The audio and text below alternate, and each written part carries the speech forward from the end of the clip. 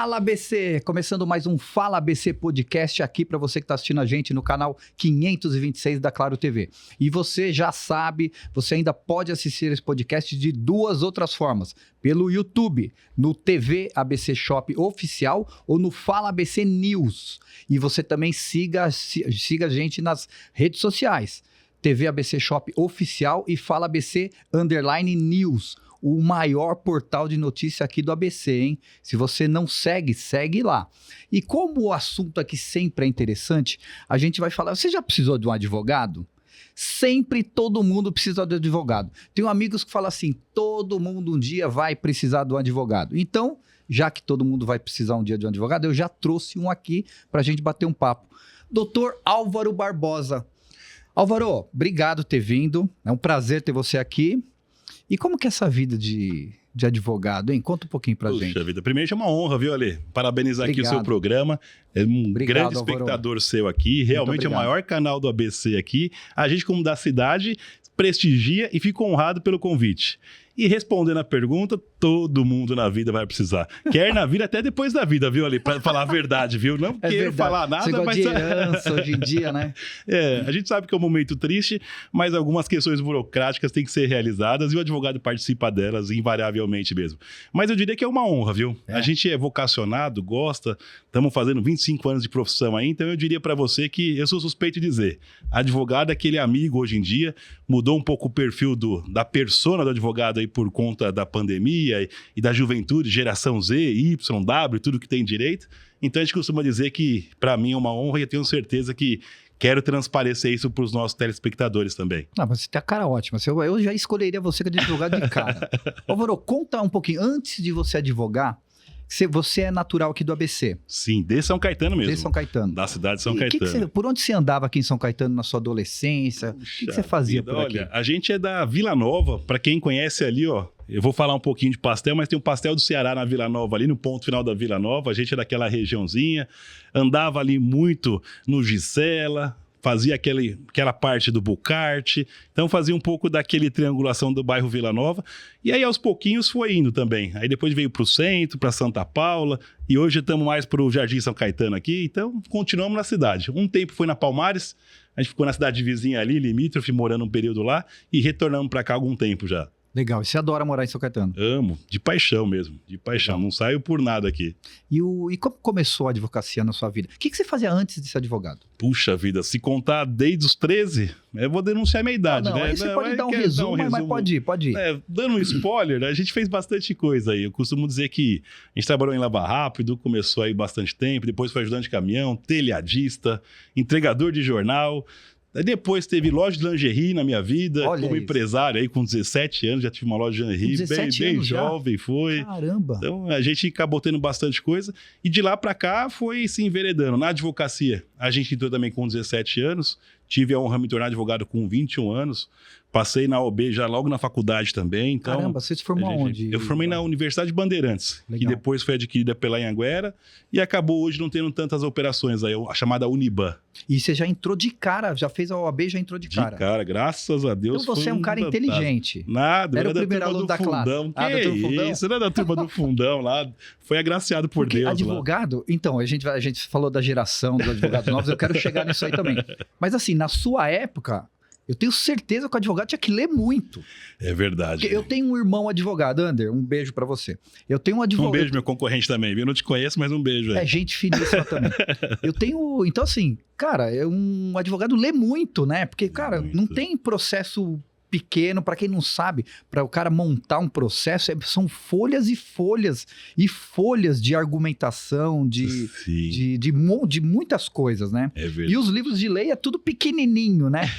Verdade. Naquela época, eu acho que tinha competição de leitura, para falar a verdade. Os professores exigiam muito essa carga, né? Então, nesses 20 e poucos anos aí dessas duas gerações, eu diria, a metodologia de ensino teve uma grande mudança. Então, era muito decoreba, para falar a verdade. Você tinha que pegar ali os chamados códigos da vida, Código Civil, Código Penal. Tá decorado. Tinha que decorar linha por linha, chamar ipsis literis em latim, para quem gosta um pouquinho das falas difíceis, mas tinha essa necessidade. Tanto é que o chamado exame de ordem levava muito em conta o caráter realmente literal da lei. O que está escrito taxativamente nesse artigo. Mudando um pouco o paralelo de hoje é muito mais interpretativo. Então, hoje você não decora tanto. Então, isso que eu ia falar, porque como mudou muito daquela época para agora, o advogado hoje formado, ele não lê tanto. Uhum. É uma impressão, é uma constatação. Eu diria que ele continua lendo um volume bem considerado, mas de assuntos diversos e com apoio direcionado. Então, exemplificando melhor. Antes você era necessário para ler um processo que ele era chamado físico. Imaginemos que era um processo que você tinha que ficar ali folhando e lendo ponto por ponto. Hoje eles são em PDF, são chamados processos digitais, que você compila, joga num chamado jurídico IA, que é uma tecnologia de inteligência artificial, ele te compila, te resume. Então, a leitura do advogado hoje ela é mais otimizada. Então, ela permite que você consiga ler, às vezes, o mesmo volume de tempo, mas só que de maneira mais otimizada. Então, eu interpreto que os nossos atuais advogados têm um volume grande, só que mais direcionado. Antes era um volume grande, só que menos direcionado. Então, você tinha muita leitura esparsa, sem tanto valor. E uma pergunta difícil, hein? Mas você acha que isso faz o advogado, hoje em dia, o advogado ele é melhor? Eu sei que isso depende de pessoa, depende do cara gostar, depende de muita coisa. Mas assim, você acha que o advogado hoje ele tem mais facilidade, mais coisas que o ajudam? Ele tem mais dúvida, ferramentas, né? Mais instrumentos. Só que a gente teve uma discussão, eu tive também nessa passagem como advogado a honra de ser diretor de uma faculdade. Eu fui diretor do Tijucuçu aqui na cidade, que era a antiga Faculdade Tortorello, e fui diretor de um colégio Pueridomus, também, que é um sistema chamado sócio-constitutivista. O que isso quer dizer na prática? Existem escolas clássicas de ensino. Uma dessas escolas clássicas fala, se você, pela repetição, você tem um aprendizado. A outra, pela chamada experiência ou vivência, você tem um aprendizado. Se interpreta que hoje as escolas mais modernas são argumentativas e debatedoras. Então, a escola de Harvard, como ela acaba fazendo o sistema? Escola INSPER, hoje, que é muito tradicional, FGV, elas costumam criar grupos debatedores e as ideias são discutidas e você muda de posições. Então, é diferente daquele sistema que você fala, você é obrigado a decorar esse texto e no final eu te faço um questionário. Então, eu diria que hoje a ferramenta de aprendizado dos profissionais são mais elaboradas. Eles leem menos, mas saem com um sistema crítico melhor, porque ele tem que fazer papel de debatedor e as escolas melhores acabam ensinando dessa forma. Entendi. Agora, voltando um pouquinho. Então, você, logo de cara, você se formou na ordem. Sim. E qual foi o seu primeiro emprego, então, como advogado? Pra falar a verdade, já na faculdade já tinha meu escritório. Eu já era um pouco ousado, né? Você tá bem adiantadinho, hein, Álvaro? Eu fundei o centro acadêmico lá também, tive essa vontade de abrir o centro acadêmico. Bar do Barba, agradeço pelo escritório lá e permitir a fundação do nosso centro acadêmico. Foi o primeiro das Unibans. Depois nós fundamos o Diretório Central dos Estudantes. Fomos também presidentes lá na época. E aí, o que a gente percebe muito nessa parte aí de escola é a gente conseguir como pegar e capitalizar dinheiro. Na escola, eu sempre fui uma família um pouco pobre, assim, sempre tinha uma família humilde. Então, eu pegava o professor, falava, professor, assina para mim? Então, eu pegava o cliente, conversava, pegava tudo, mastigava e o professor assinava para mim. Então, Entendi. Já na escola, eu tinha meu escritório. No primeiro ano, já tinha meu escritório aberto. Você lembra qual foi o seu primeiro caso? Claro que eu lembro. Dona DG Ilza, lembro até isso, hoje. Foi uma ação de alimentos que ela estava separada há 12 anos e nunca tinha recebido nada. E aí ela me procurou, eu fazia na Uniban, no bar, literalmente ali no bar do Barba ali, ela é a pessoa que servia os cafezinhos ali, e ela passando dificuldade, falando da vida dela, tal, um pouco tristonha, ela falou, não estou em condições. Aí eu conversando, ela falou, mas você tem um filho? Tem. Mas ele mora na Paraíba, não tem um contato, nunca ajudou com nada. Eu falei, não, peraí, vamos tentar investigar. E graças a Deus, demorou 4 anos para achar a pessoa. Para achar o senhor José. Quando achou, a conta veio alta e ela conseguiu ter um terreninho dela para pagar a dívida.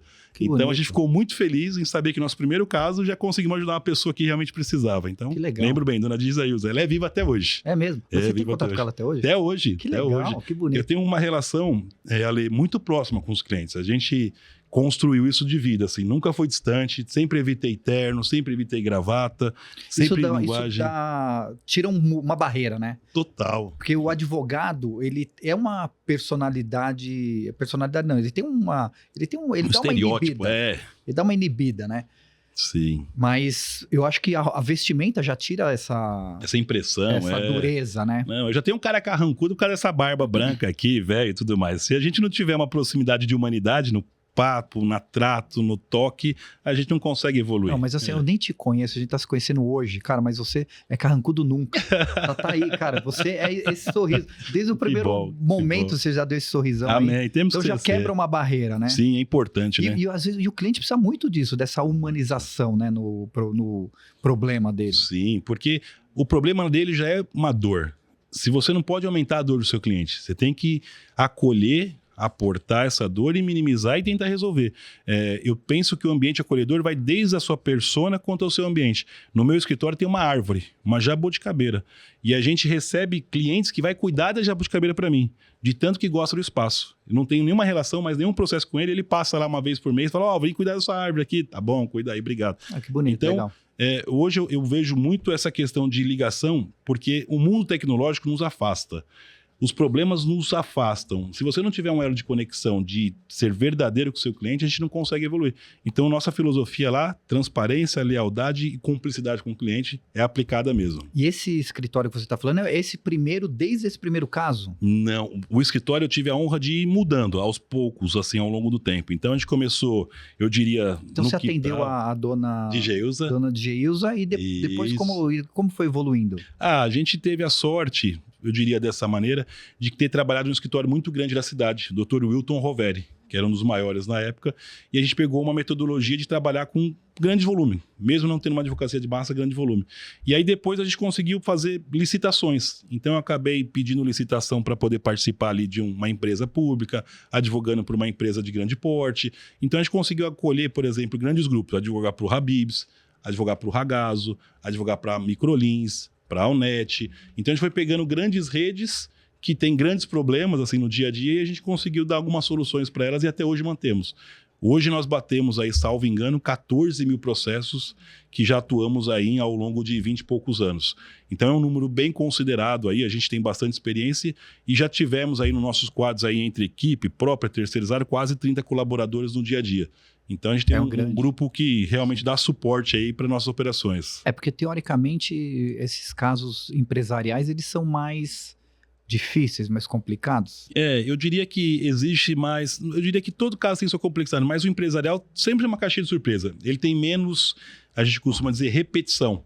Ele é mais caso de vivência do dia a dia.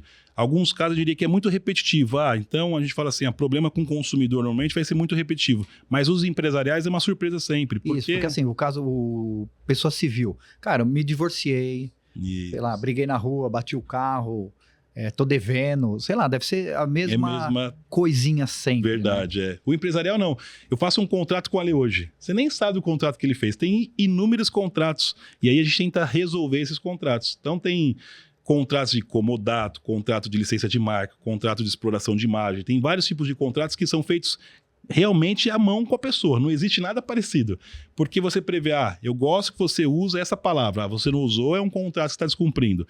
Então eu diria que o mundo empresarial, ele te exige algumas habilidades diferentes para interpretar de maneira diferente, porque realmente caso a caso. E ele é mais perigoso, eu acho também, né? Porque assim, do mesmo jeito que ele te supervaloriza se você se dá bem num contrato corporativo, o contrário também deve ser verdadeiro. Perigoso, porque você sempre que envolve com bens da empresa, ou com a empresa, é quase a vida de alguém.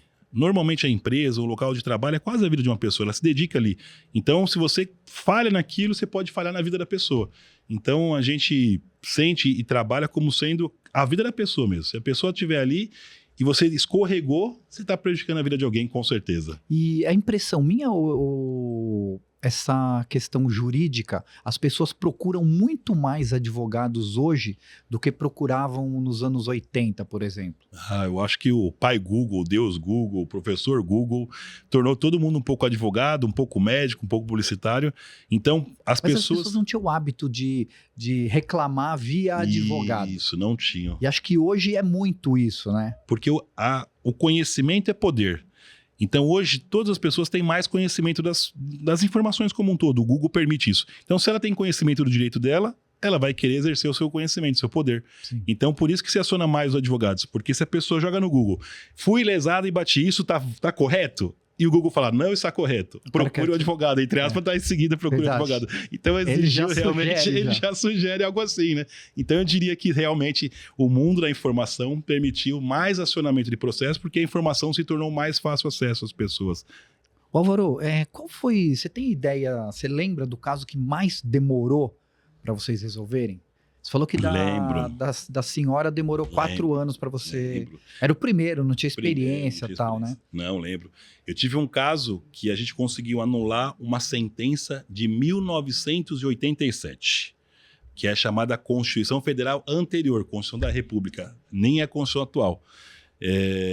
Esse caso iniciou no meu escritório, salvo engano, em 2004 aproximadamente, e foi terminar mais ou menos em 2020. Demorou 16 anos. E o Rogério, que nos veio, virou advogado por conta desse processo. A pessoa que era uma das vítimas desse processo, eu explico bem como foi. A gente estava participando de uma reintegração de posse. Então foi um oficial de justiça e retirou, bateu na casa da pessoa e falou, você tem que sair aqui agora. O escritório era na Rua de Ramos nessa época, a pessoa saiu de lá e foi no escritório. Não conhecia ela bateu lá, falou, olha, estão me tirando do imóvel, o que eu tenho que fazer? Eu falei, não, peraí, deixa eu entender.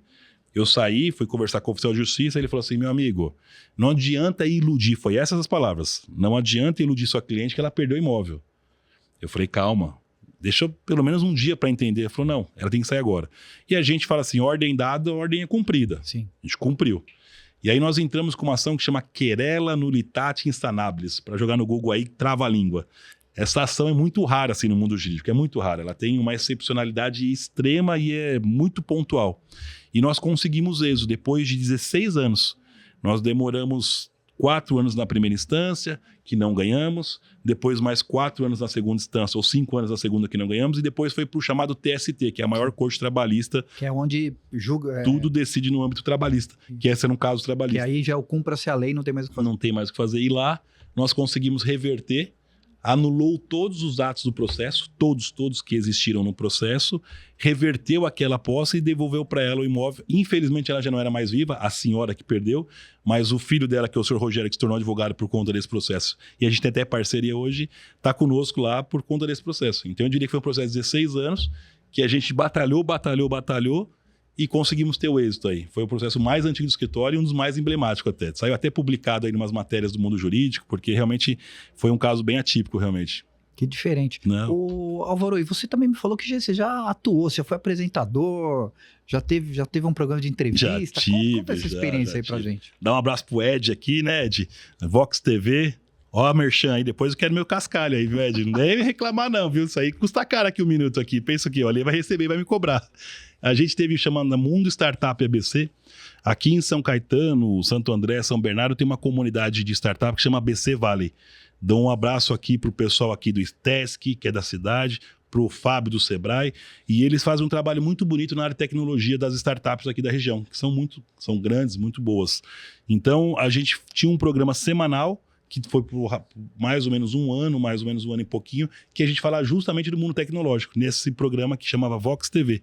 Ele tinha transmissão no YouTube, no Instagram e tinha também no Facebook na época. Mas então, você também está bastante inteirado em tecnologia, então? Muito. A gente participa de empresas de tecnologia, auxilia na formação do código base de tecnologia. A gente quer entender, ajuda a patentear código base em tecnologia, que é uma questão muito importante.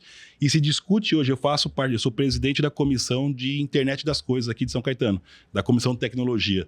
Então, a gente quer estudar como que é formada a formação do código. Eu dou um exemplo ali. Todo mundo gosta de jogar no ChatGPT, gostaria de saber se estou correto ou estou errado. Se pergunta se aquele código foi tendencioso para uma vertente esquerda, uma vertente direita, se ele foi tendencioso para uma compra mais agressiva, uma compra menos agressiva. Então, não se questiona a formação do código na resposta. Então, a nossa comissão estuda em saber se aquele código ele é imparcial, independente de qual o cenário dele. E aí a gente pede abertura de códigos-fontes para identificar se ele está sendo realmente imparcial para algumas dúvidas. Porque ele tem que ser imparcial, ele isso é tem tipo uma lei. Não é uma lei, não é regulamentado. Essa que é a discussão. Tá. Não há uma regulamentação no Brasil para isso, ainda, porque já tem projetos para regulamentar. Mas nos Estados Unidos, na União Europeia, já existe, que eles têm que ter uma certa não imparcialidade e que tem que ser aberto para discussão. Ele tem que ser demonstrado. Se ali demonstrar que ele é tendencioso, que ele tem caráter, por exemplo, xenofobista, se ele tem caráter preconceituoso, se aquele robô, de certa maneira, tem essa vertente, ele é necessário refazer o código-fonte. E aí se discute a quem processar.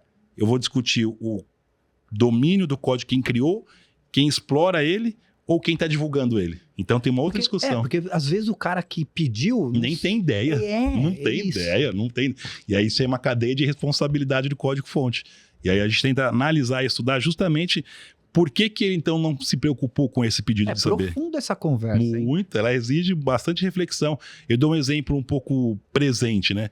Hoje a gente tem a discussão do Alexandre de Moraes, que ele foi banido, de certa maneira. Aí a gente sabe que tem uma discussão política, não quero entrar nem no mérito político aqui, a gente não está com esse propósito aqui de forma alguma, mas tem uma reflexão muito grande, né? A gente tem que se questionar se a lei Majestic, que assim foi utilizada, até onde poderia ser aplicada, ou seja, quais são os casos no mundo que existe. E aí interferir um presidente, interferir numa outra nação por uma decisão é um fato muito importante. Então... pode ser que ele seja correto na decisão dele, mas não deveria o povo ter essa leitura melhor de saber os motivos verdadeiros? Porque a gente sabe que aconteceu, mas não tem informação verdadeira. Então, um código-fonte exigiria isso. Por favor, me diga quais são os motivos verdadeiros que fez tomar essa decisão? Não só político, gostaria de saber, só porque é mais esquerdista ou mais direitista. A decisão americana, no caso. A decisão americana. A nação brasileira deveria se refletir até quando a gente pode entender que qualquer nação do mundo vai falar algo sem eu saber se está correto ou não e eu validar aquilo. Eu acho que isso caberia muito falar assim, olha, eu entendo que agora o meu Congresso valida a sua decisão. Você está banindo uma pessoa, mas o meu Congresso teria que ter um poder aqui de validar. Mas aí, pelo meu entendimento, aí já não tem nada a ver com o código-fonte, não é? Isso aí não é uma questão mais de discussão ideológica, não é? Não, ele está querendo dizer que tem um chamado abuso de poder. Sim. Então, por uma decisão pessoal. E aí onde ele se pautou que poucas pessoas entenderam? Ele tinha como seu braço direito o Elon Musk. O Elon Musk, ele tinha a rede Twitter.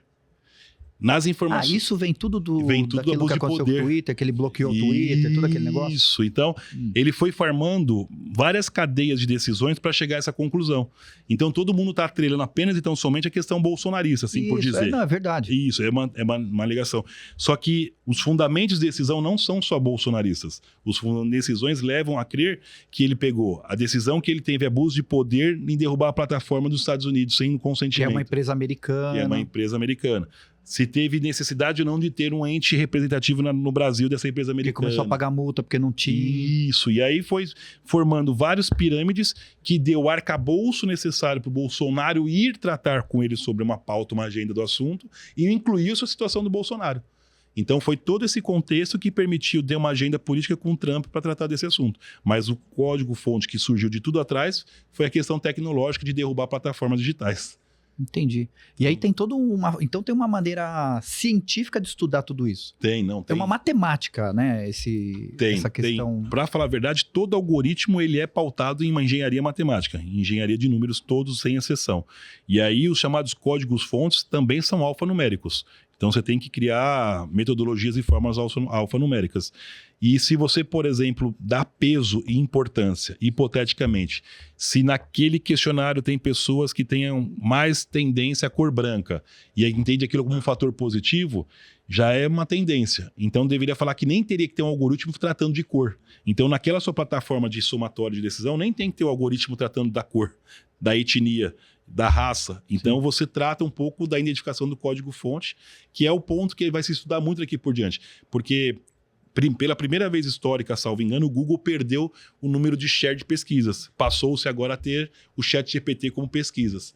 Eu tenho um conhecido nosso, que é um amigo querido, um jovem, que é o Lou, que é o filho da Cris. Ele fala que pesquisa, a palavra dele, eu pesquiso no ChatGPT porque ele é mais confiável. Eu não confio no Google nas respostas. Ele é muito superficial. Mas o GPT não vem do Google? Não? Não. Ao contrário. O GPT hoje ele tem uma plataforma totalmente independente que briga com o Google hoje, para falar a verdade. Tá. Então está se brigando muito com o Google para saber como... E o Google está tentando se reinventar agora para achar um caminho para poder falar, olha, estou perdendo o mercado para o ChatGPT. E o ChatGPT hoje, a pesquisa dele ele é muito mais detalhista e resolutiva e assertiva. É como se você fizesse uma pergunta e ele não te dá o elenco de respostas. Ele pesca a resposta que cabe para você. O Google, ele te dá o elenco de respostas. Ou seja, o ChatGPT, ele te questiona. Ele te questiona buscando a solução certa para sua resposta. E o Google, ele te traz um elenco de respostas. Que tem tudo misturado. Que tem tudo misturado. Por isso que ele está perdendo espaço. Então hoje, se você faz a mesma pergunta dentro do ChatGPT e dentro do Google, você vê que não dá mais para confiar na resposta do Google. Você se sente desconfortável com a resposta do Google. Porque são hiperlinks, no máximo é uma somatória de 12 linhas, que é aquela fonte inicial que ele dá se ele achar muito, que realmente não te trazem valor agregado. Enquanto o ChatGPT, quando você faz a busca, ele te traz a fonte, a informação, e se aquela é a dor que você está tentando resolver. Então, por isso que está crescendo tanto. Então, eu acho que mais ou menos uns 6 meses, hoje tem 95% de busca no Google, hoje, e 5% no ChatGPT. 6 meses eu acho que vai estar quase 40%. Em 6 meses só? Só. Porque as pessoas identificam... Isso é, muito rápido. Muito, porque se eu falar... Quando que nós ouvimos falar do ChatGPT a primeira vez? Oficialmente, assim, que se tornou público? Não tem um ano. Não tem um ano. Hoje você já não vive mais sem o ChatGPT. Para quem é do meio empresarial, corporativo, nós aqui advogados, você da área aqui, prompts da vida que eu crio, quem que vai ser meu orquestrador de ChatGPT da vida, você não consegue mais pensar numa solução sem o ChatGPT. Parece não engraçado até. Não dá. Tem coisa que você você só manda, ele responde em menos de 5 segundos, tá pronto. Eu quero um texto para... É isso, para agora um texto. Você nem pensa muito. Então... ele se apropria, a informação ela é exponencial, né? Ela é escalável e exponencial. Essa exponencialidade te torna dependente, porque ela te vicia. E a imediatidade dela e a assertividade te torna uma dopamina. Poxa vida, aquilo aqui tem que ser toda hora, tem que acontecer para mim. Então, quando você fala assim, nossa, em 6 meses vai estar quase 40%, 6 meses eu fui um pouco até otimista, mas um ano, vamos colocar aqui, se fosse um ano então. Eu também, porque 6 meses tá aqui já, mas final do ano. Esse 1% cresceu em 60 dias, esse 5%. Tá. O índice cresceu em 60 dias. Porque a necessidade... se for nessa média, por isso mesmo. Mais ou menos. Porque a preocupação é essa. Se você fala assim, faz uma pesquisa no outro, você vai divulgando por aqui, a pessoa fica curiosa, faz o teste, faz 2 vezes o teste. Não, você fez o teste já era. Aboliu. E é o grátis, hein, que eu tô falando, hein? E outra, o problema do ChatGPT, eu tava falando com um amigo. Cara, você começa a conversar com o ChatGPT, falar sobre você, tipo psicologia. Isso. Cara, ele vai falando assim, caramba, esse cara me conhece mesmo. Verdade. É incrível, é assustador. Sabe qual é a discussão agora? Assim, a gente auxilia muitos influenciadores. Eu advogo pro Toguro, um abraço, Toguro, forte abraço aí. E a gente agora tem uma influência de falar o seguinte, como que eu me torno resposta do ChatGPT? Então vamos dar um exemplo. Entendi. Você fez a abertura... Ele vai falar de mim. Isso, você vai fazer a abertura do seu programa como sendo o maior canal de vendas do ABC aqui, Shop ABC. E aí a gente fala assim, tá bom, como que o ChatGPT vai me procurar? No Google eu sei. Sim. Eu pego o SEO lá, crio umas letrinhas bonitinhas, consigo ter uns códigos, uns macetes, quando ele ranqueia na primeira página. Tá lindo, todo mundo domina essa técnica já hoje, com todo respeito. Agora, como que você usa essa técnica no ChatGPT? Isso aí é um segredo de milhões, hein? É um segredo de milhões. Isso aí vale muito. Você imaginou, você falar assim, eu gostaria de vender meus produtos na melhor plataforma do ABC. Resposta, entendemos que a melhor plataforma do ABC é o Fala ABC, podcast. Imagina essa resposta ali. Cara, vale milhões isso. Você pode colocar ela lá. Então, mas aí ele já não perde, aí já não tem mais a ver com aquele código que você tá falando. Não é código. Tá. Você vê a diferença que ele não mapeia código. Ele não tem SEO, que é o sistema de rastreio das informações com palavras-chave. Ô, Álvaro, eu tô enganado. Cara, não existe muitos advogados especialistas em tecnologia que nem você. Tem poucos mesmo. Deve ser muito poucos. É verdade. Por isso que tem o Opsi Bloom aí, é um escritório grande aí que tem em São Paulo, que hoje ele não consegue atender as demandas. Se você bater na porta dele, ele não consegue. É um assunto muito em evidência. Muito. E aí o advogado tenta enclausurar isso. A gente vai trabalhar com uma pessoa que está desenvolvendo códigos. Como que eu, juridicamente, resguardo a pessoa que está desenvolvendo dos direitos dela e resguarda quem está comprando? É um programador que faz isso. É um programador. É que hoje deixou de ter o termo programador porque deixou de ter formação técnica. Como a livre docência do aprendizado se tornou muito grande, essa escola de livre docência, e os chineses tornaram conta, os indianos tomaram conta desse mercado, então hoje você contrata muito alguém que você não vê. Você vai lá numa plataforma, contrata lá um desenvolvedor de código e vai o seu código. Não dá mais pra fazer reunião assim, explicar e conversar? Nada. Nem tem contato humano. É brincadeira, assim, com todo respeito ali. Você manda lá sua dor num fórum, e aí esse fórum identifica lá 3, 4 profissionais, ele te passa uma proposta, ele te passa os projetos que ele realizou, você contrata ele sem saber. Aí você dá o timeline dele de 6 meses, que é normalmente o que eles pedem, depois você tem um código pronto. É assim. Básico, assim. Preciso ter um código para poder fazer um algoritmo de Photoshop de maquiagem. Eu quero pegar uma foto da minha cliente e quando ela vir aqui, eu quero mostrar que ela vai ficar de 30 opções diferentes só com uma foto dela.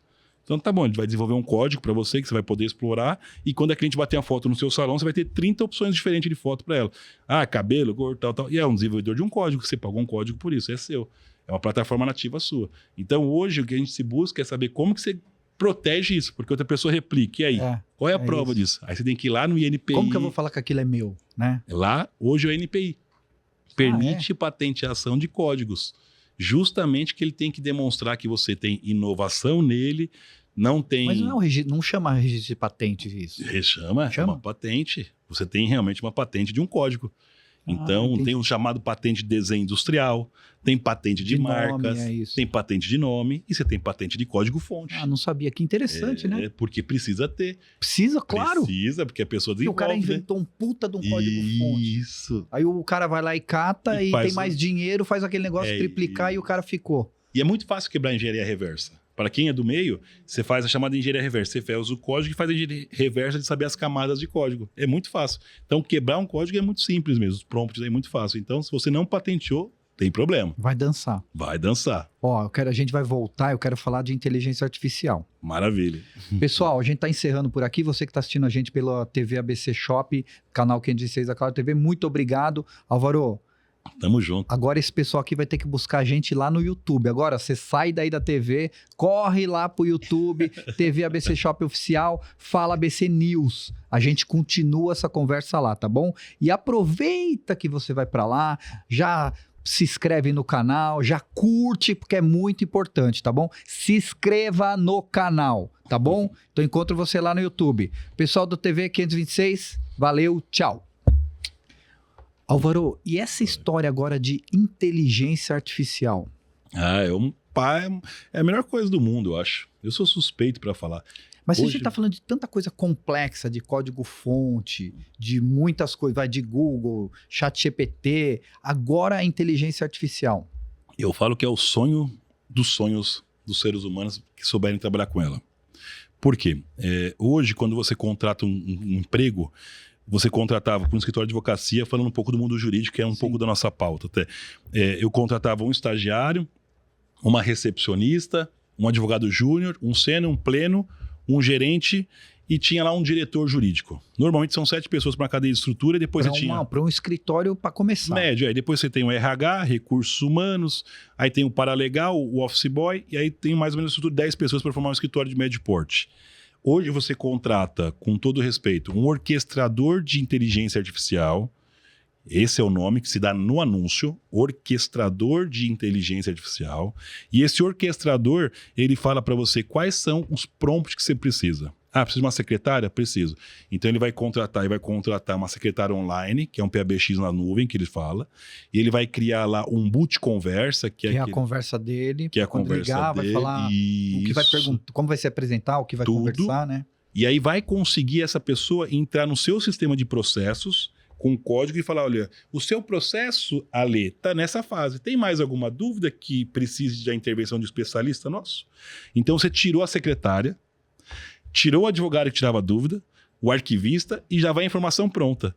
Quando muito ele quer tirar alguma dúvida. Então você eliminou. Aí você vai para o advogado. O advogado, pela capacidade dele, ele consegue fazer normalmente 6 peças processuais complexas no dia. Era o volume que permitia. Com a inteligência artificial, ele consegue fazer 60.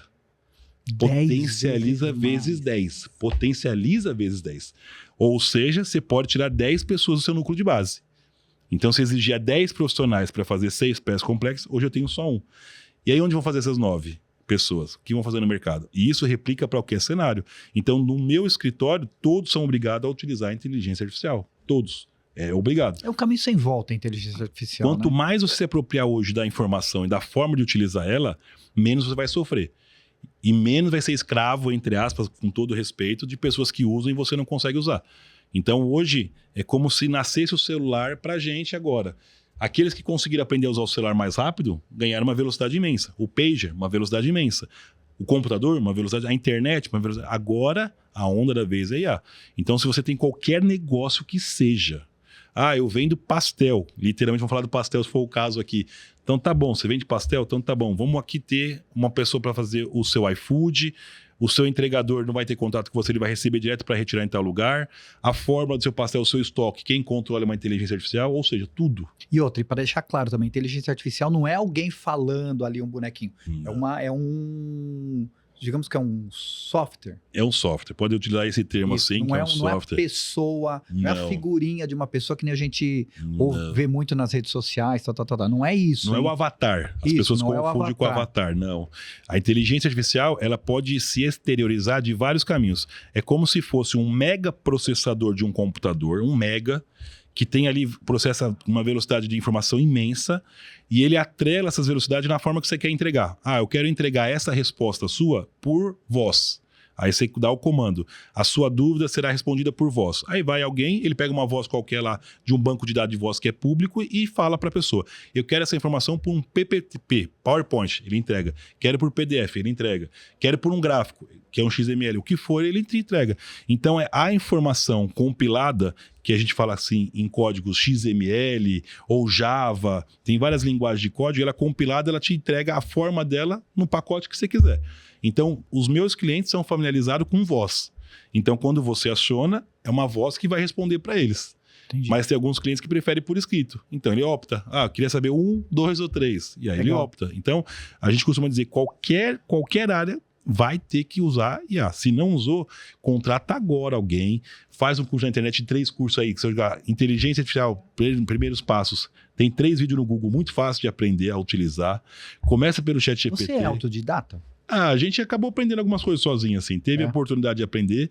A gente estuda e lê muito, cara, né? é muito técnico tudo que você está falando de TI, de código-fonte. É porque a gente exige... Bem complicado. É porque a gente exige, para lidar com o problema, você tem que se apropriar do problema, né? Você tem que saber do problema. E para saber, você tem que falar com quem gera o problema. Então, eu tenho lá na minha base lá muitos desenvolvedores, que chama dev, as pessoas. Então, os desenvolvedores têm que falar a linguagem dele, você tem que saber o que ele está falando e eu tenho que dar o resultado que ele quer. E aí, quando ele me apresenta os códigos, eu tenho que falar, você está armazenando isso na Amazon, na AWS? Você está armazenando isso onde? Na Microsoft, na Uni? Então, você vai ter que tratar com ele onde ele armazena. Ah, qual que é a sua repetidora? O seu banco de dados é em qual? No Brasil, fora do Brasil, replica onde? Na Dinamarca? Então, você tem que saber realmente lidar com as informações, porque hoje é isso que é o mundo. É tecnológico. Se você está em uma empresa, viva a tecnologia, respire tecnologia, que você vai sair na frente. Agora, vamos falar menos técnico, uma coisa que eu acho que acontece com muita gente e talvez tenha bastante gente ter essa preocupação. E mudando bem de assunto, Tranquilo. mas dentro da tecnologia. Fraude, golpe na internet. O cara usou meu cartão para comprar em algum lugar. Então, isso é muito fácil da empresa saber que não foi o cara que fez isso. Muito. Chama desvio de conduta padrão. É tipo ridículo. É ridículo. De saber que... Não, eu não fiz essa compra. Então, o cartão é simples para saber que não mesmo. Sim. É que... Então, isso pode até ajudar quem foi fraudado, assim, até vá atrás dos seus direitos, porque é simples de conseguir resolver isso, não é? Sim, hoje a justiça está um pouco mais, como eu diria o termo, os juízes estão mais receptivos a condenar bancos e condenar empresas que permitem a fraude. Eles estão mais permissivos. Por quê? Golpe do boleto, que é muito comum. Ah, a pessoa recebeu um boleto lá e o boleto era falso. E aí hoje se vai identificar por que permitiu abrir aquela conta. Você não vai discutir quem mandou o boleto. Ok, entendi. Ah, a pessoa que recebeu aquele valor na conta era a pessoa verdadeira? Ela teve a camada de proteção? aquela recebível está dentro do que o recebível estimado dela, o previsto dela. Então, se o comportamento de conduta dela na abertura de conta não foi amparado corretamente pelo Banco Central, ela não juntou o documento com o endereço, ele não validou como presencialmente físico, ele dispensou várias formalidades, ele assume a responsabilidade. O banco que deixou cair uma conta lá, um dinheiro lá, assume a responsabilidade do boleto falso. Outro exemplo. Para emitir meu boleto, eu entrei no BV, pelo amor de Deus, qualquer banco da vida, mas Banco X. Banco X, qualquer banco da vida, e aí o Banco X gerou um boleto com as mesmas informações. Quando a pessoa liga lá para dar o golpe, ela fala: ô, seu Pedro, tudo bem? Eu tenho suas informações aqui, você deve R$22, mas vou dar um desconto para pagar 1.000 agora. Posso gerar o boleto? Então, esse vazamento de informações do Banco X, que permitiu que a pessoa fosse levada a erro, tem responsabilidade, porque ela tem que ter a custódia das suas informações protegidas. Então, eu diria que hoje sim, as pessoas vítimas de golpe, INSS é um exemplo. O golpe 9 bilhões do INSS.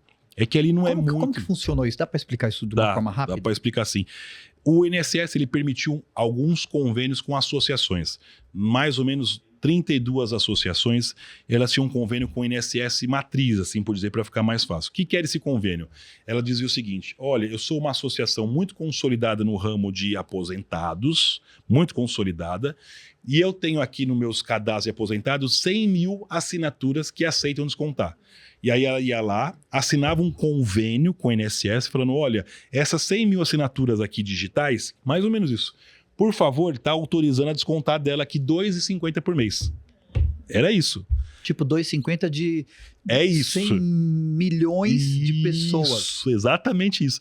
Então, aquela instituição... Tipo, o cara nem sentia. Nem sentia. Eu tô sendo fraudado em R$2 no mês. Não tem nem ideia. Eu não vou falar, tá bom. Pra que eu vou esquentar? Exatamente isso. Pra que eu vou... Só de a raiva que você vai passar no telefone pra saber o que você tem que falar, o cara deixa pra lá. E R$2 por mês de, INSS deve ser 20, 30 milhões de aposentados, hipoteticamente. 20 milhões de aposentados. Era isso mesmo, 20 milhões de aposentados. Aí você põe R$2, deu 60 milhões. E eles têm ideia de quanto tempo durou essa fraude? Estão falando que durou desde 2019. Desde 2019. Então, era isso que aconteceu. E aí, o que foi a falha do INSS? O INSS acreditou, claro que não teve acreditação, alguém validou isso internamente lá, que aquelas 100 mil assinaturas digitais eram de pessoas verdadeiras autorizando. Então, a falha foi não certificar essas assinaturas que a associação apresentou como válida. Então, foi isso a fraude. E é uma falha do sistema.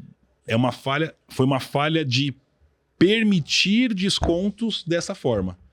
O sistema, a lei do INSS permitia que uma associação detendo poderes poderia agir em nome dele. Então está se mudando a lei agora do INSS para falar que não, ninguém mais pode ser interposto. Agora tem que ser diretamente o beneficiário com o INSS. Ninguém pode interpor essa relação mais. Então só vai permitir para bancos, porque o banco tem regulamentação do Banco Central, uma cadeia de segurança melhor, então o banco ainda vai permitir o desconto assim na fonte do INSS.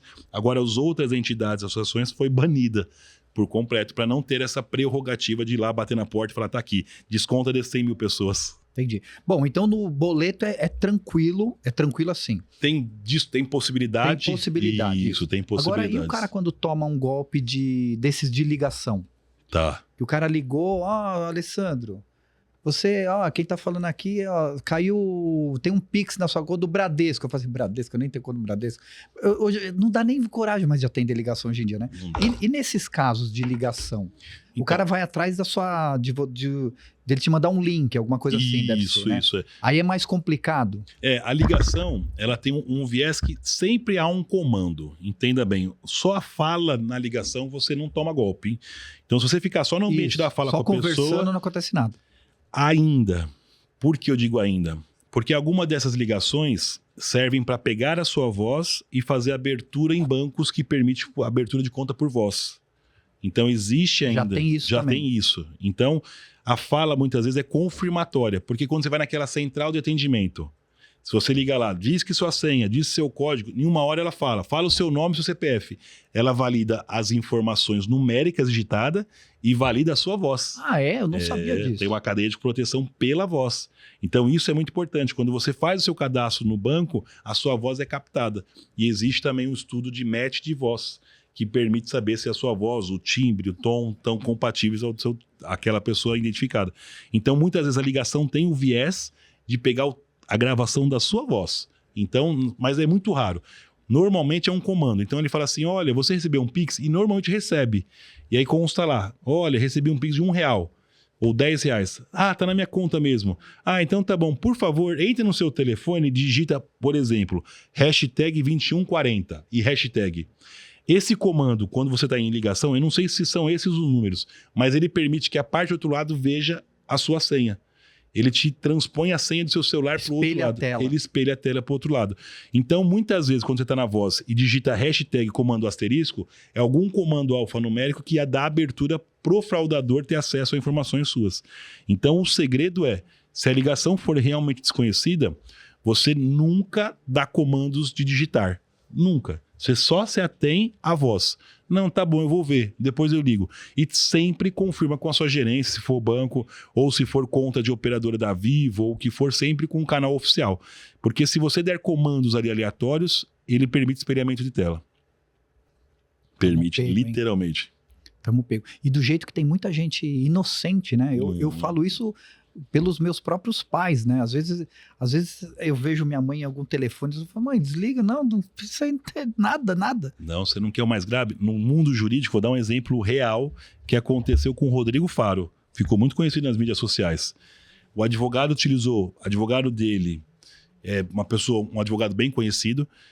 O fraudador, na inteligência artificial, fez uma gravação de vídeo com inteligência artificial para ele. Então ele estava o Rodrigo Faro de vídeo com o advogado dele falando. E era uma inteligência artificial falando com ele. E aí o Rodrigo Faro fez um comando de transferir um dinheiro para o advogado dele. Então o fraudador hoje consegue se passar numa inteligência artificial de vídeo. A Globo, no Fantástico, faz muito tempo que eu não via, mas uns 4 meses atrás, falou um pouco disso. Que tinham comerciais de TV de artistas famosos gravados por inteligência artificial, dando comandos para captar dinheiro. Então, hoje, até os vídeos efetivamente vistos tem que tomar um pouco de cuidado, porque até ali pode ser uma inteligência artificial se passando. Que absurdo, né? Então tem que ter muito cuidado. Alvaro, e um tema polêmico agora, mudando um pouco de assunto também, de novo, uma outra vertente. Não, sem problema. Cara, e esse caso desse menino aí que deu 60 socos na namorada? Eu com todo respeito, eu denomino um monstro, né? Com todo respeito à pessoa que age dessa forma. E aí a gente tem uma discussão macro por trás, né? Eu acho que a primeira discussão é aquilo é um feminicídio, é uma tentativa de morte de uma pessoa, ela não é uma agressão. Então, se as pessoas se conscientizarem que quando ver esse vídeo, se interpretar que aquilo é uma tentativa de feminicídio, é uma morte, que pode chegar à pena de 40 anos. Hoje a pena máxima no Brasil deixou de ser 30, passou a 40 anos. Ele vem uma cadeia por trás, que aí vem o sistema de proteção que hoje a mulher está bem amparado juridicamente, mas ainda pouco amparado tecnologicamente. Por que eu digo isso? A Maria da Penha é um case de sucesso, do ponto de vista de lei. Ela tem ali, claro, uma certa abusividade de falar, nossa, é tudo para as mulheres? E tem que ser tudo para as mulheres, porque ainda a carga de peso de força de um homem é diferente da carga de peso de força de uma mulher. Que é óbvio. Tem que ser, não tem como mudar disso. Só que toda vez que a mulher busca um socorro jurídico na delegacia, o tempo de resposta, ele é muito longo ainda, o tempo de resposta. Então, se ela sofreu qualquer agressão, o tempo de resposta é muito longo ainda. Então, ela vai procurar um socorro, vai meses, às vezes, para ter uma solução. A gente vive numa capital muito boa. São Paulo não é o exemplo do Brasil. São Paulo ainda anda muito bem. São Caetano, Delegacia da Mulher aqui, Dona Lucy, um abraço, excelente. Esse pessoal no Sudeste, as coisas andam mais rápidas muito bem do que em outros lugares do Brasil. Mas, no geral, é muito distante a velocidade de entrega. Fora o constrangimento da mulher. Então, quando eu digo que tem que se atualizar tecnologicamente, é permitir que as agressões das mulheres tenham um canal de comunicação digital e online. Então a pessoa teve uma agressão, ela naquele exato momento teria que ter um atendente do outro lado oficial, um Ministério Público, uma polícia, uma delegacia, que pudesse registrar online aquela informação. Porque sempre que tem uma ocorrência na Maria da Penha é um negócio grave, né? Sem Porque, dúvida. às vezes pode ser um negócio de vida ou morte. Sem dúvida, grande. Porque toda agressão que chega nesse ponto, ela sempre tem uma agressão menor por trás. Dificilmente aquele foi a primeira vez na vida que aconteceu algo por ciúmes. Sim. Normalmente é um beliscão. Foi por ciúmes? Foi por ciúmes. Então, normalmente é um beliscão, normalmente ele dá uma mordida, uma porrada, um empurrão, uma batida de porta. Segura mais forte. Então, achar que sempre faz alguma coisa nesse sentido. Mas, e esses pequenos passos já deveria a mulher que se surpreender com isso, já fazer um registro eletrônico. Teria que ter um aplicativo eletrônico. Olha, hoje tive essa agressão, entendo que eu não quero a prisão dele, pode colocar ali, mas eu entendo que é um alerta. Aí ele receberia uma informação no celular dele falando, meu amigo, tá aqui mapeado, ó. A gente não tá fazendo nada do ponto de vista jurídico. Seria lindo, né? Isso, ó. Tipo, só um presta atenção, só um aviso. É isso, ó. Isso aqui é uma conduta que eu ainda entendo que mantém meu relacionamento, meu amor, tudo que tem direito, mas vamos parar por aqui? Entende? Então, se criar uma cadeia tecnológica amparada na Lei Maria da Penha, vai diminuir muito essa velocidade, esse número de agressões, que só vem aumentando. Eu não sei se é aumento ou só o número de denúncias aumentaram. Eu acho que a criminalidade sempre foi a mesma e a diferença... Também, sua intuição seria isso. Eu só acredito que agora está um pouco mais sendo... Divulgado, né? É isso que eu vejo. As mulheres têm mais coragem de falar sobre isso. De falar. Então eu acho que volta agora a aprimorar a lei com apoio tecnológico. Agrediu? Um aplicativo simples, porque tem um aplicativo de socorro. Mas o socorro é a última razão, é o último momento, já é a pior fase. Estou sendo perseguida. Não, naquela hora é vida ou morte mesmo. E tem um pouco divulgado ainda, mulheres, se vocês puderem se apropriar dessa informação, que são vítimas de Maria da Penha, existe um aplicativo que ele fica com um rastreador no celular dele. Se ele se aproxima a 1 quilômetro, o seu celular apita e você tem a opção de falar, quero chamar uma viatura. Então, o aplicativo hoje já disponível permite isso. Então, se você é vítima... Existe um aplicativo... que permite, atualmente... Eu sou vítima de violência doméstica, tem um boletim de ocorrência, baixo o aplicativo... e peço para ter uma rastreabilidade do meu agressor para não chegar próximo a mim.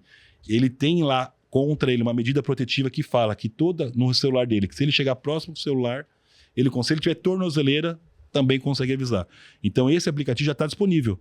Então, mas tem que ter um BO. Esse caso tem que ter um registro. Tem que ter. Sim, para ser uma coisa de verdade. De verdade, então tem que ter. Então já é uma solução. Nossa, mas eu acho que isso é uma coisa muito pouco divulgada. Muito pouco divulgada, e que as mulheres têm que saber disso. Isso é muito importante. É informação pública importante mesmo, para poder a pessoa se proteger. Então, se você é vítima, procure ter isso a seu favor. É um aplicativo simples que você baixa e ele permite essa rastreabilidade do seu agressor quando está próximo de você e ele apita, ele te avisa. Então é muito importante vocês terem. Claro que ele pode deixar o celular em outro lugar, mas normalmente acaba evitando muitas vezes. Mas é melhor do que nada. Já ajuda 80% dos casos. Isso. Porque teoricamente o cara não vai saber, pelo menos na primeira vez. Isso, ele vai lá no impulso, na vontade. Se ela tá fazendo alguma coisa, ela já consegue estar preparada para a chegada. Porque eu acho que a surpresa é sempre ruim, né, nesse caso. Muito perigoso. Então pode utilizar. Aí eu queria evoluir esse aplicativo. A evolução é agressões leves, que eu não quero intervenção da polícia, nada, mas eu quero registro. Fui registrada, tal, fui agredida, tô mandando aqui para ele, ele recebe uma cópia no WhatsApp, os dois validam aquilo, fala, tá bom, nunca mais vai acontecer. Um acordo de pacto de boa convivência, vamos continuar a vida. Segunda vez, também não quero nada, mas tá aqui. Mas pelo menos você criou um histórico que você vai normalmente inibir o agressor, porque há informação que gera prevenção.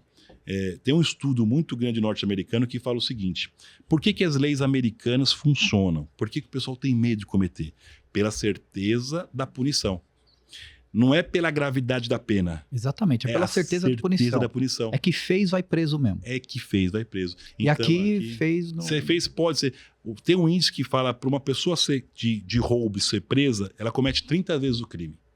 Nos Estados Unidos são 6 vezes o índice fala. Então, no Brasil, para alguém falar, olha, eu fui preso por roubo, ele teve 5 vezes mais. 5 vezes do que o americano.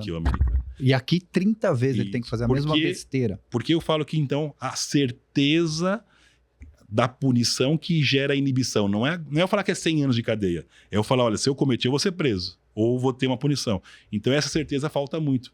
Porque, salvo engano, os inquéritos que são abertos hoje na Polícia Civil, de homicídio, hipoteticamente, eu acho que 3 ou 4% são solucionados.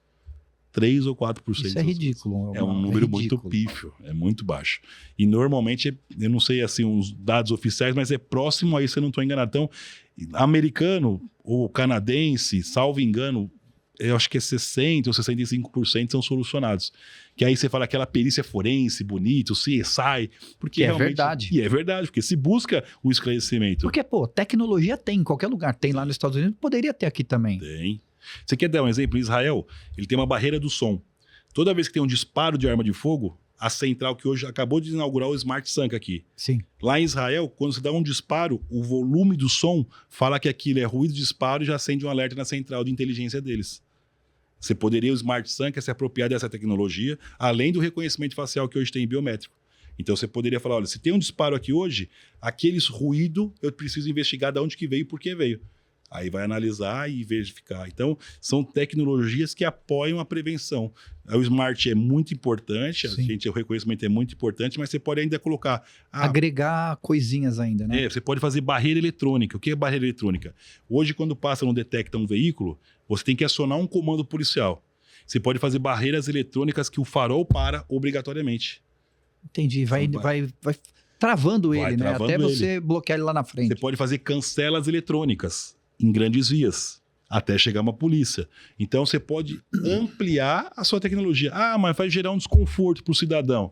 Perfeito, é temporário, porque a partir do momento que o bandido sabe dessas tecnologias, você inibe a presença dele. Sim. Então, num primeiro momento, é desgastante, mas posteriormente, você ampliando o Smart Sanka para ter o controle de som auditivo e o controle de barreiras eletrônicas, você tem uma eficiência maior no sistema. Minha modesta opinião no mundo tecnológico. Entendi. Tem mais algum caso político, algum mais caso crítico que a gente pode falar aqui que está em alta? O que eu vejo muito aí, que a gente falou um pouquinho no primeiro bloco aí, foi da questão do Alexandre de Moraes. Eu acredito muitas vezes que eu não estou nem a favor nem contra o Alexandre de Moraes, poderia ser Pedro, Zezinho. Eu vejo que nós estamos lidando com uma Corte Suprema de Julgamento. Toda vez que você quer analisar um membro de uma Corte Suprema de Julgamento, você tem os meios próprios. Eu dou exemplo. O maior pedido de impeachment no Brasil hoje envolve o ministro Alexandre de Moraes. Então, se for no Congresso Nacional, quero ver quem tem mais impeachment, o presidente da República ou Alexandre de Moraes. De longe é o Alexandre de Moraes com o pedido de impeachment. Então, eu acredito que o povo e o Congresso é a melhor pessoa para dizer as sanções para esse ministro. Então, se eu tenho lá 29 pedidos de impeachment, não sei se é esse número, hipoteticamente, eu tenho que, como povo, pedir para julgar com olho clínico os 29. Mas eu não tenho, como povo, admitir que um outro membro julgue ele por mim. Porque ele pode julgar o que for. Uma camaradagem. Isso, ele pode julgar o ministro hoje. Agora eu quero julgar o presidente. Não pode sancionar. Eu acho que a gente, como povo brasileiro, que teria que ter essa autonomia de decisão. E estamos tendo. Você pode ver que faz movimento aqui para o dia X, ter um movimento de direita, depois um movimento de esquerda, depois um palanque lá na frente. Então, esses movimentos têm que ser ampliados, pode ser vocacionados e pautados para tomar uma decisão. Mas outra nação decidir por nós, eu acho que é dar um poder muito grande para quem não merece ter esse poder. E aí a discussão vamos dar um exemplo que aplique as sanções para o Alexandre de Moraes. Ele não vai poder ter nada norte-americano ligado a ele de empresa norte-americana. Absolutamente nada de norte-americano. Então não vai poder ter e-mail, Spotify, YouTube, cartão de crédito. Não vai ter absolutamente nada em poder dele. Se eu, como nação, não consigo ter essas tecnologias, eu tenho que refletir o quê? Eu tenho que ter essas tecnologias para um cidadão brasileiro. Sim, para não depender de alguém me tirar isso. Então a reflexão que eu falo serve como alerta. Espera aí. Se o Donald Trump aumentou 50% da nossa tarifa, do nada, para o mundo todo quase, eu acho que ele não fez o estudo prévio, pelo que todo mundo indica. Se ele, de certa forma, toma qualquer outra sanção, o Brasil está preparado para isso? Então, nossos governantes e povo têm que falar o seguinte: eu estou preparado para poder depender menos dos Estados Unidos? Não, não estou. Tá bom, qual é a minha agenda, então, para estar preparado? Então, eu tenho que fazer um cartão de crédito meu, tenho que fazer um e-mail meu, tenho que fazer um banco de dados meu, porque eu tenho que estar preparado. Mas eu não tenho tecnologia para isso. Tá bom, onde eu tenho essa tecnologia? Com todo respeito, vai ser na Rússia, vai ser na China, vai ser na Suécia, vai ser na Austrália, na Áustria, mas eu tenho que ter a tecnologia. O que eu não posso é entender que eu não tenho mais como viver porque a vontade de uma nação me proíbe de viver. Então, o povo americano, e o povo brasileiro são povos maravilhosos, mas os governantes, muitas vezes, podem se exceder. Não vou dizer que ele está excedendo também não, mas é possível, todo mundo é possível errar. Sim. Então, povo, nação brasileira, tem que falar, esse é um exemplo, tá bom, a partir de agora, se tiver uma sanção contra um brasileiro, ele vai continuar tendo internet, vai continuar tendo cartão de crédito, vai continuar tendo isso, perfeito, porque ele é um cidadão ainda, ele não está preso, ele não está julgado, ele não tem uma decisão contra ele transitada em julgada. Não tem. Ele tem uma opinião de alguém que aplicou uma sanção, mas não tem nenhum processo contra ele oficial apenando isso. Tem uma pessoa pessoal apenando isso. Não nem quer dizer que ele vai ter, né? Nem quer dizer que ele vai ter. Então, imaginemos que entre um embate verdadeiro aqui, nação Brasil e nação Estados Unidos. Claro que o Brasil é muito pequeno do ponto de vista de comparação, mas se ele é pequeno, no que ele é bom? Ele é bom no agronegócio, ele é bom no que for, então vamos potencializar isso e criar ferramentas para ser menos dependente. É essa a nossa visão, para você não ser surpreendido e só aceitar a decisão de outro povo, qualquer que seja. Pode ser Portugal. Quando Portugal fez as sanções há 4 anos atrás, de poder tirar brasileiros, tirar vistos, o Brasil conseguiu na mesma toada, parou-se.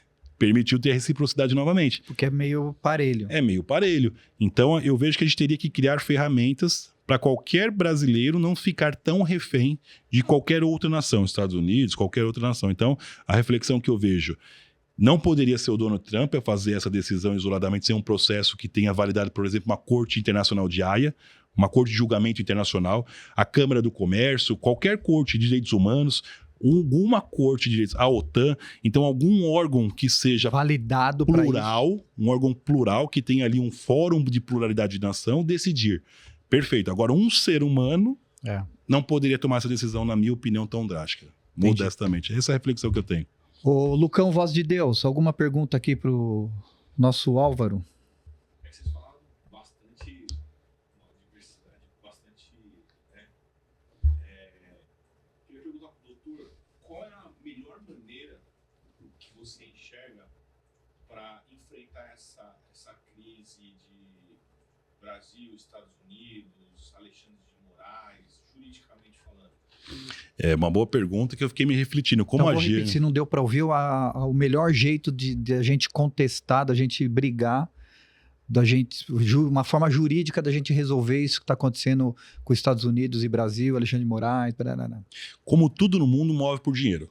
Eu aprendi isso na vida de muito cedo. O dinheiro move o mundo e continua movendo a tudo. O mundo é capitalista. É capitalista, ponto. E eu ainda acho que o melhor sistema capitalista é o melhor sistema que tem. Não é o socialista, não é o comunismo, não é o capitalismo. É a minha modesta opinião. Né? O que é de produto americano que o Brasil tem? O que eu posso impedir o consumo do produto americano e impactar para que a cadeia americana entenda os reflexos disso? Então... Acho que é só o agro, será? Não, acho que produto americano que eu consumo é tudo. Não, você está falando de lá para cá. O brasileiro, o que o brasileiro consome do produto americano? Tudo. O que ele pode fazer em massa que não prejudique sua vida, mas que impacte financeiramente os Estados Unidos, as empresas americanas. Então a reflexão que eu tenho é o que eu, enquanto nação, poderia fazer de boicote para não permitir uma sanção dessa maneira. E o ponto de vista econômico é o primeiro. Seria o primeiro ponto que eu vejo aí, então, respondendo, Lucas, a pergunta. Presta atenção, Lucas, fica aí conversando em paralelo. Vocês não estão ouvindo, ele está conversando em paralelo quando ele manda a pergunta, né? Tá vendo aí? Aí, que negócio é esse, viu? Então, vou fazer chamada, o que eu respondi? Tá vendo aí, ó? Então, seria responder essa pergunta, meu amigo, é fazer uma espécie de achar algum produto que boicote o sistema financeiro brasileiro, não financeiro de bancos, mas o sistema de finanças, de recursos, capital financeiro de empresas americanas. Eu dou um exemplo. O Twitter só cedeu, por quê? Porque caiu a receita dele aqui. E era uma receita significativa. Eu acho que era 1/3. Aqui é uma nação gigante. É uma das que mais consome informação por mídias sociais. Então caiu 1/3. Caiu 1/3 da receita, ele colocou um representante. Por exemplo, os Estados Unidos, ele tem receitas aqui de várias ordens de grandeza por várias empresas. Tá bom, vou começar a nacionalizar algumas situações econômicas. E aí você vai deixar de comprar produto americano. Aí vai impactar e vai refletir a decisão de tomar a decisão dele. Seria o caminho é esse. E o outro é os tigres asiáticos. Exemplo dos tigres asiáticos. A gente tem a melhor momento da vida da nação, desde que eu me conheço com humanidade assim, de poder estar em pé de igualdade de aprendizado. Por que eu quero dizer isso? Sempre os Estados Unidos, as empresas, os os continentes mais ricos tiveram poder econômico para pagar as melhores escolas, melhores faculdades, melhores professores, melhores estruturas, melhores de tudo. Hoje, eu estou em pé de igualdade porque a tecnologia ela é tão barata do ponto de vista de você poder se apropriar dela por conta da inteligência artificial, que se eu fizesse, como os Tigres Asiáticos fez em 90, de dar 12 horas por dia de aula, regrar, fazer, estudar, eu aplicar isso no Brasil. Então, se eu ter 12 horas de tecnologia para os alunos de estudo, inteligência artificial e todas as outras matérias, eu creio que eu crio uma massa de mudança por conta dessa informação. Mas isso para o futuro, né? Demora futuro de 10, é uma geração normalmente, isso, né? Isso. É uma geração. Mas eu tenho que, para mudar, dar o primeiro passo. E o primeiro passo é de governança. A governança tem que entender que ele tem que dar pé de igualdade de condições tecnológicas, de informação e conhecimento para os nossos jovens e adolescentes, para que esses possam frutificar e fazer mudança como o Tigre Asiático fez. Então você pega o PISA, todos os índices que você vai falar econômicos de estudos e avaliações, é porque lá tem uma carga horária de 12 horas por dia de ensino. E quando chega em casa o aluno, o pai tem que preencher lá um formulário que teve 2 horas com ele fazendo lição. É obrigado a preencher. E depois não ele é sancionado, é multado. Então não é só um Bolsa Família que você está ali recebendo e só está matriculado. Não, tem que ter um controle em cima disso. Então, na minha cabeça, é mexer no bolso, de alguma forma que eu não sei qual é ainda, então eu teria que estudar bem, como não impactaria também no nosso dia a dia, mas que impactaria financeiramente nos Estados Unidos. E a segunda é plantar a semente de fazer conhecimento tecnológico e educacional para o povo para mudar uma geração seguinte. Respondido. Pô, conversa boa, hein? A gente já acabou nosso tempo. E a gente nem conseguiu falar ainda das gerações de advogados, que era um assunto que era interessante. Vai precisar voltar, hein? Ó. Vai precisar voltar. Honra. Fala demais, eu falo, advogado, Álvaro, fala demais. Uma honra ter você aqui, foi um aprendizado, viu? Um aprendizado, de verdade. É meu todo dia aqui. Um aprendizado. Super bem articulado, uns assuntos muito em evidência hoje, né? Que legal. E essa parte tecnológica, pô, muito interessante que você falou. Bom, fico feliz. Não, é uma honra aqui. Minha casa é sua casa, se quiser depois tomar um café com a gente lá, a reciprocidade vai ser a mesma. Claro. Falei aqui com espontaneidade e alegria, porque você é uma pessoa muito do bem. Também estou te conhecendo hoje, fico feliz aí. Obrigado. E fico muito à vontade para outros convites e estou à disposição para o que precisar, realmente. Obrigado, viu, Álvaro? Igualmente. Então, pessoal, a gente se despede aqui. Então, ó, não esquece, você que está aqui com a gente no YouTube até agora, siga o canal, assina o canal para tocar o sininho lá quando sair um vídeo novo, um podcast novo. Tá bom? E a gente se vê a semana que vem com mais uma convidado especial, mais coisas interessantes para se falar. E a gente se vê, tá bom? Valeu, obrigado. Tchau.